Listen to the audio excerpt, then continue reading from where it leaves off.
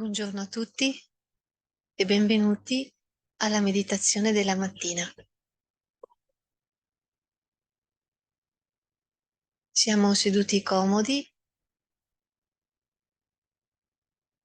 e ci predisponiamo per entrare in meditazione.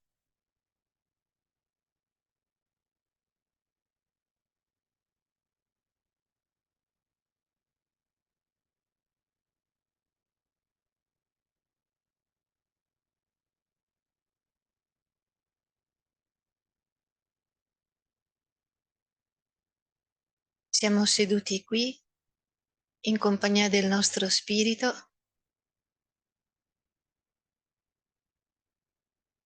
dell'energia onnipervadente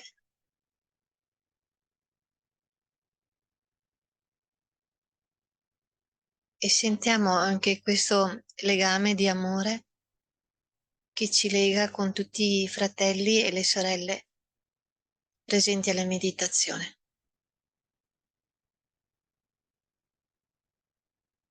E per questo ci sentiamo molto fortunati e benedetti.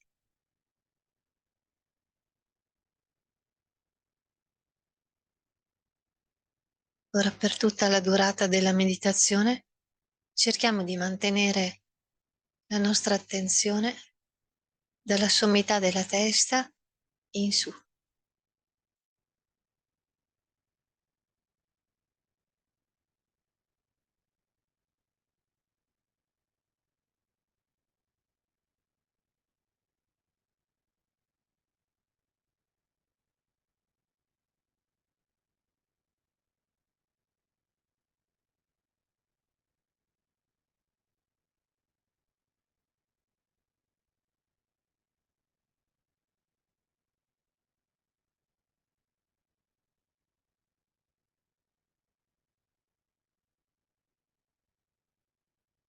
L'attenzione non deve essere tanto sulle parole, ma sul flusso delle vibrazioni.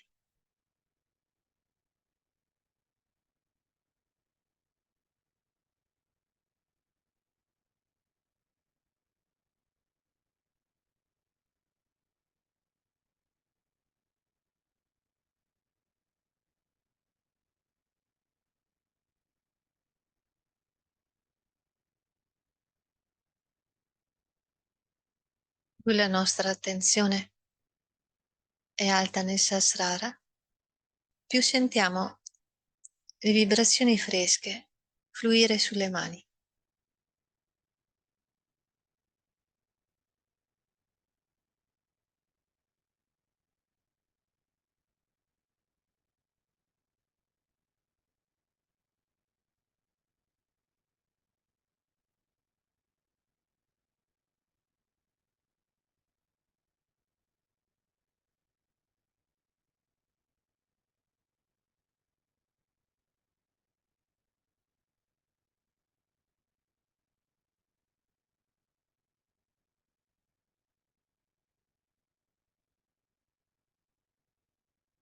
Siamo immersi in questo bel silenzio.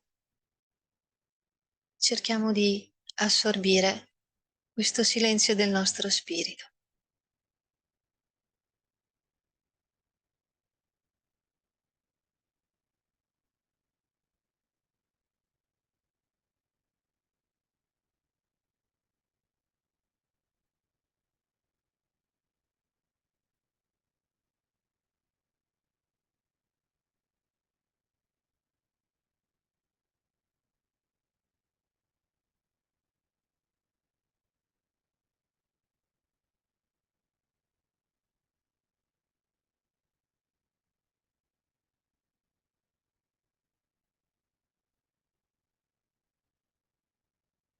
Se c'è qualche pensiero, possiamo aprire gli occhi e per alcuni istanti possiamo guardare il bindi, il punto rosso sulla foto di Shri Mataji.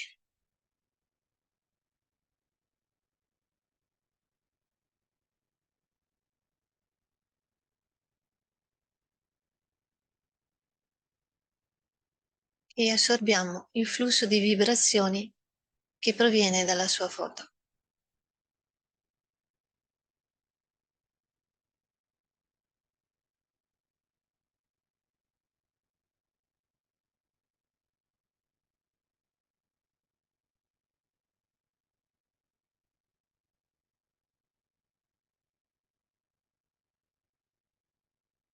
Poi chiudiamo gli occhi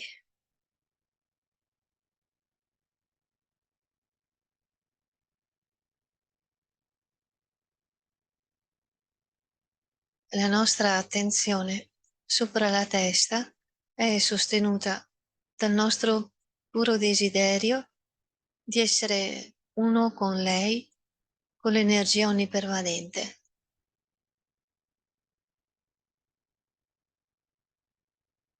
È la nostra Kundalini risvegliata che permette questa unione.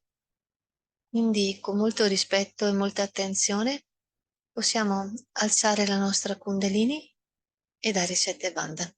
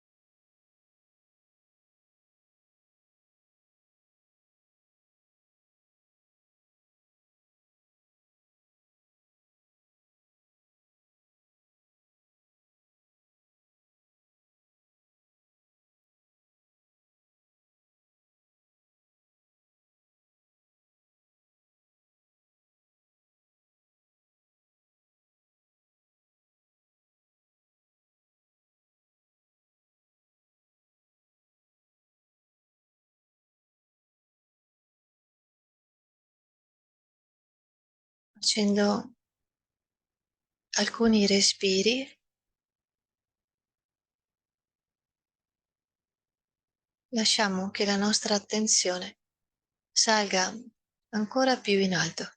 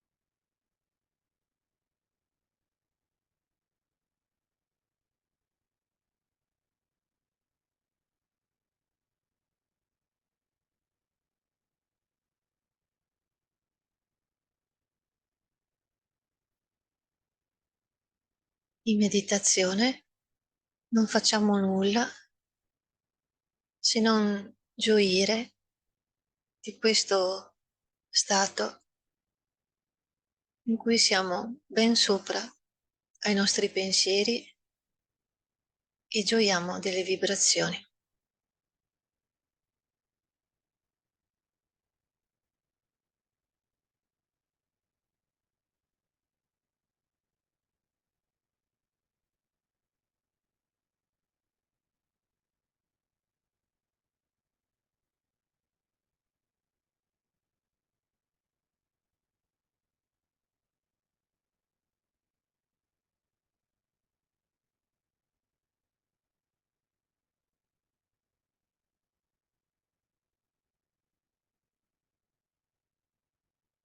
Queste vibrazioni ci arrivano dalla nostra Kundalini che sale,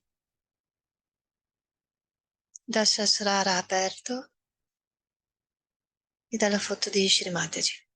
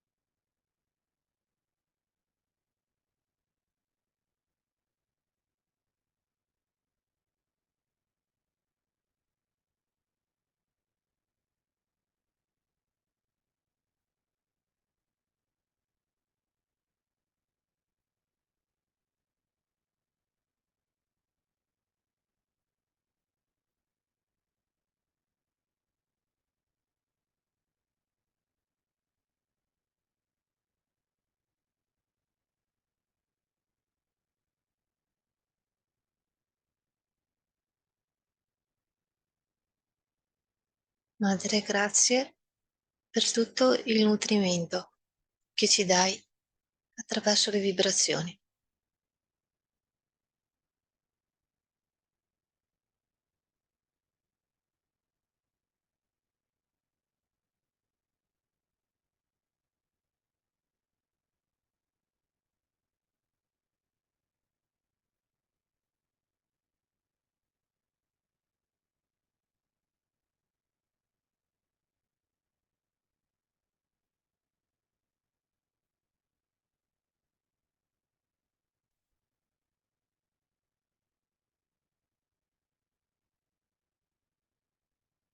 Ora, finché la nostra Madre Kundalini continua a fluire,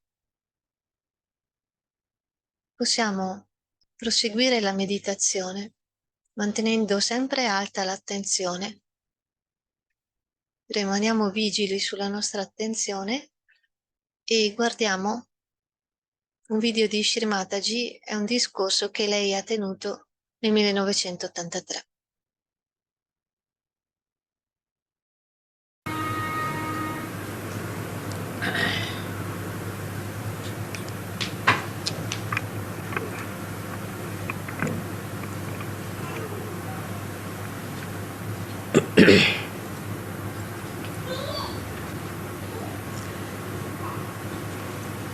Now, you all have realized by this time that within us lies the peace, the beauty, the glory of our being. There's an ocean of all that. We cannot seek it outside. We have to go within. What they call in the meditative state. You seek it. You enjoy it. Like when you are thirsty, you go to a river or you go to an ocean.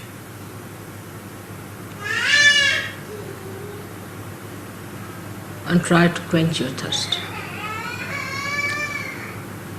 But even the ocean cannot give you sweet water.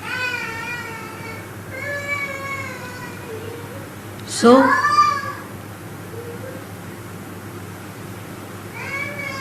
how can anything that is spread outside give you that deep thing that is within you? You are trying to find it out outside where it does not lie. It is within us, absolutely within us.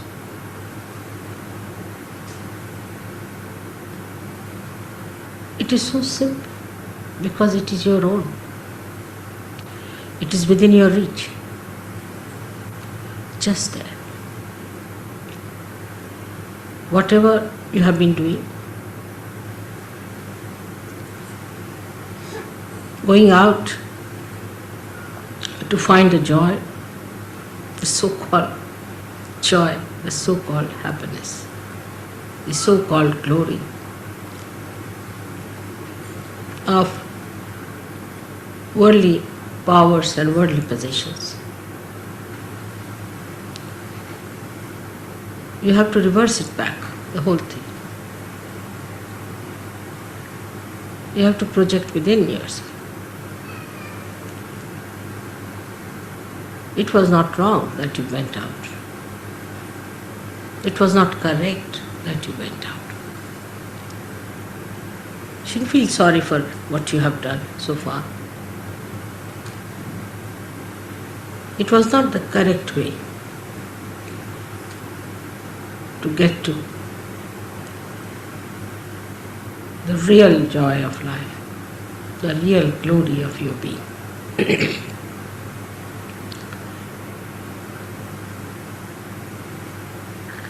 It has worked in so many people that you have entered into that subtler understanding.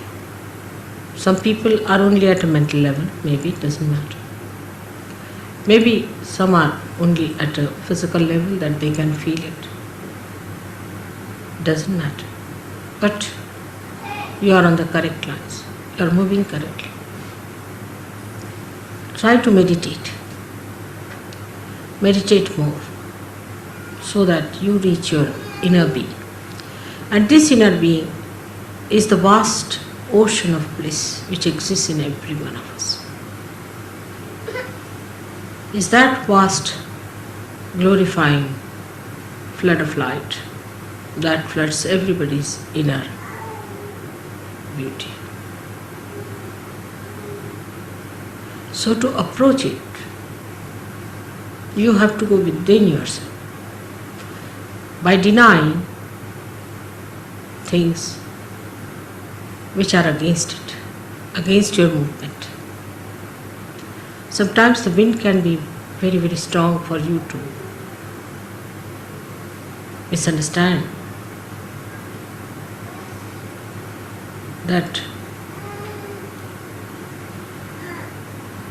the glory of God is within. But turn back. Every moment, remember that your movement has to be inward.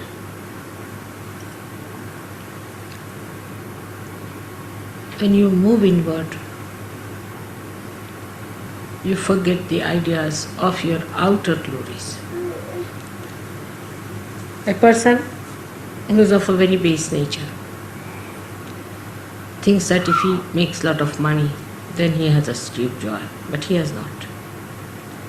He is the most unhappy person if you go and see him. He is worried about small things of life.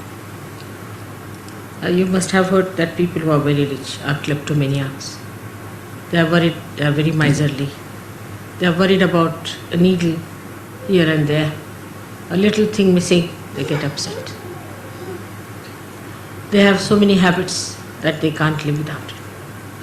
So riches have brought always a curse on human beings. So those who seek only the riches cannot enjoy them. Then there are some better people who think that by ruling others, by getting power, we can achieve a very great position in life. They too, as you know, fail. You have seen what happens to them. People don't even want to talk about them. Now there are people who get attached to someone, to one person, or to the family, to their children, to their relations. Very common in India. That's also not the way you can get to God. That's also so limited. Keeps you hanging around them and wasting your energy completely.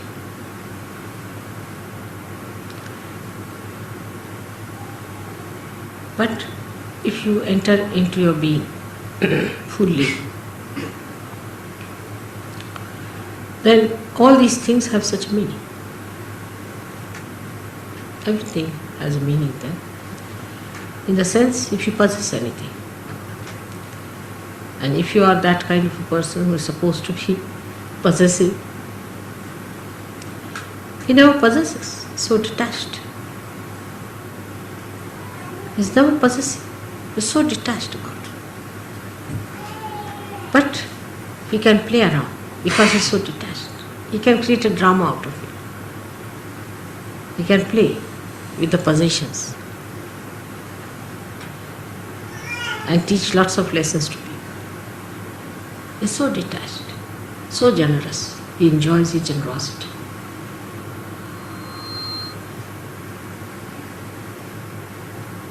The whole thing becomes so different, so dynamic. All the beauty that is created by human beings as possession is exposed before you. And you start enjoying all those things without possessing them. You understand the myth of possession. Same with your powers that people have over other people. Those who try to make money out of Sahaja or want to have a kind of a privilege over Sahaja, it can be very subtle. This can go very far. The subtlety goes to this extent that I have seen people try to save money on account of Sahaja. That's also the attention is on money. To make money or to save money, to make a business out of Sahaja is all absurd. But if you say so, I said, all right, go ahead for a while, try. You'll find that Sahaja Yoga is no business. Of course, Sahaja Yogis can work together, can do some business. But Sahaja Yoga is no business. It's business of God, where you have to give everything that you have. Not to be attached to anything. Not to be attached. There's no money to be paid as such, but all your heart is to be poured into it. If you cannot pour your heart into it, you cannot achieve it. Same about power. Some people think that they can even overpower Sahaja Yogis, impress them, control them. Such people are thrown out of Sahaja Yoga completely. You have to enjoy the power of love, that people see you as their protector, as their help, as their support, as their friend. Than is somebody who is a dominating personality. You have to be a fatherhead and not a demonic, destructive force which is always threatening everyone. Such people will be thrown out of Sahaja Yoga in no time. They are found out. I have no sympathies with such people. Never. That will bring you down. In no way. Keep yourself aloof with them. Otherwise, when they are thrown away as tangents from Sahaja Yoga, you might get out with them. So be careful. Then those people waste all their time just thinking about their family, this thing.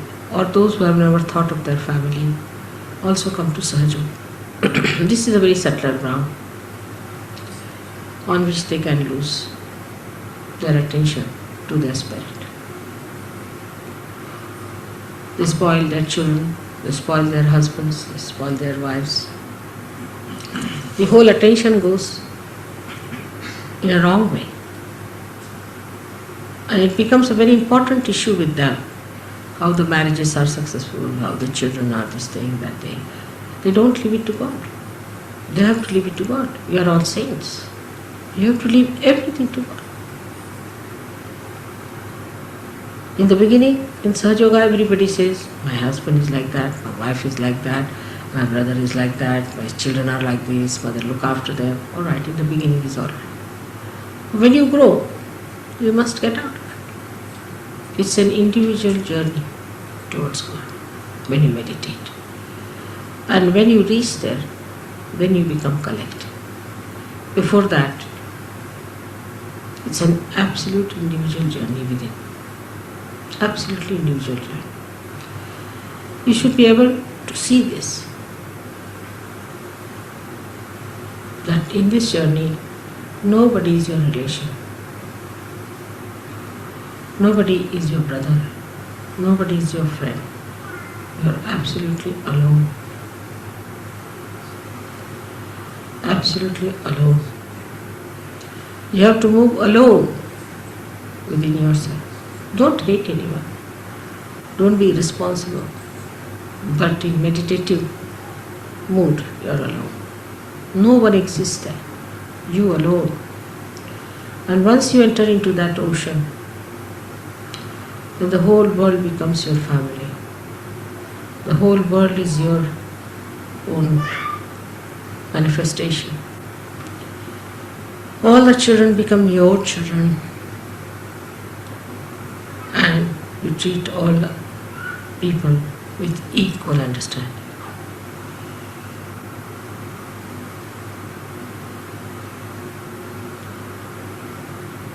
The whole expansion takes place when you enter inside your spirit and start seeing through the eyes of the spirit. With such calm, such peace, such bliss exists within you. You have to be ready for that journey.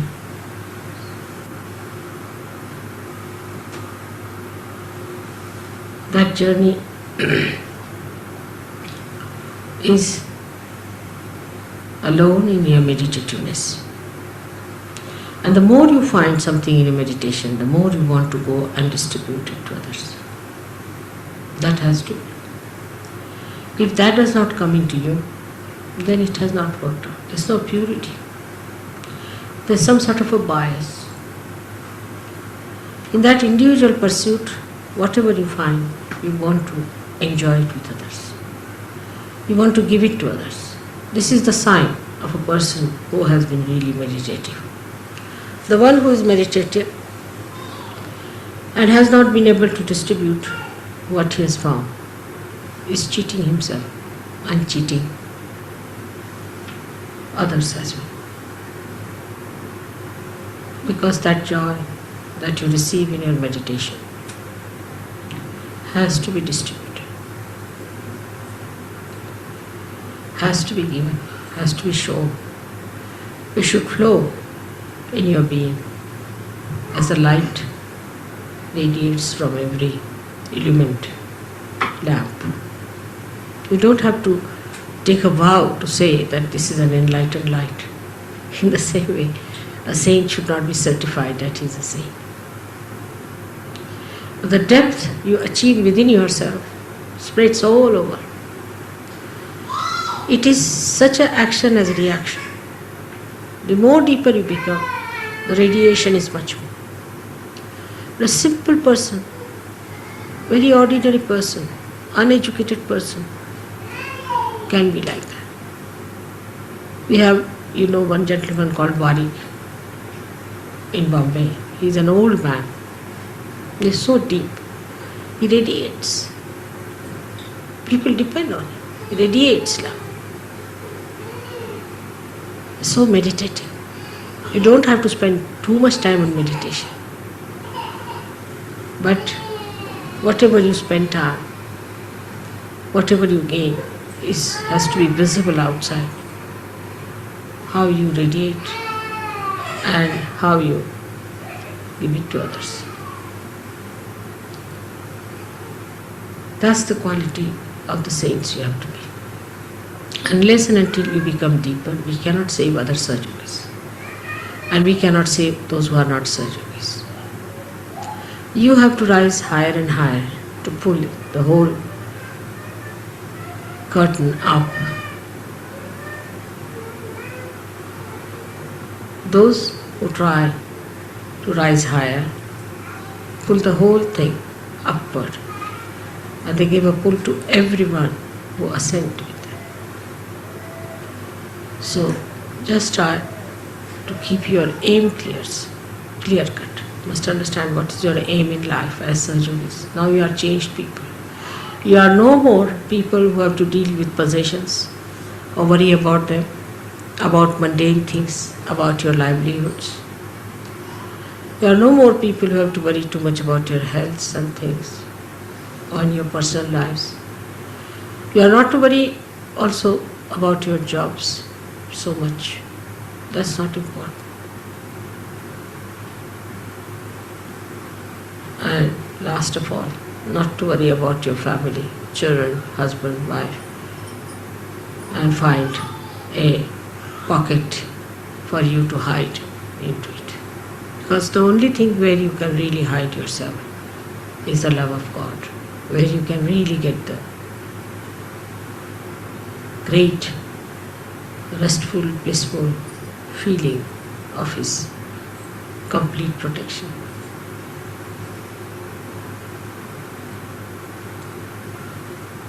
Sydney has done very well before and is progressing better, but the pace is not as it should be. So we have to think of new ways and methods how we can spread this. But first you must assume your positions as you are. You must assume that you are all saints, that you have to do great work.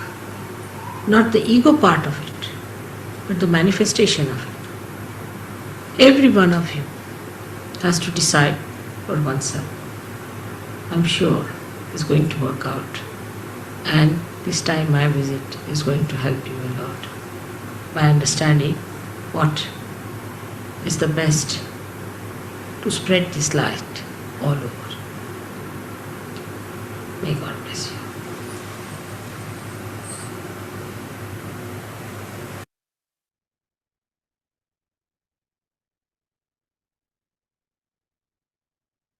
Con le mani giunte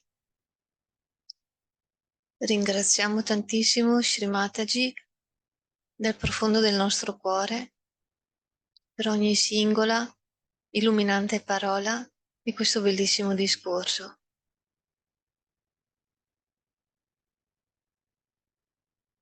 Ora, per le persone che devono andare, possono alzare la Kundalini e dare 7 Bandhan.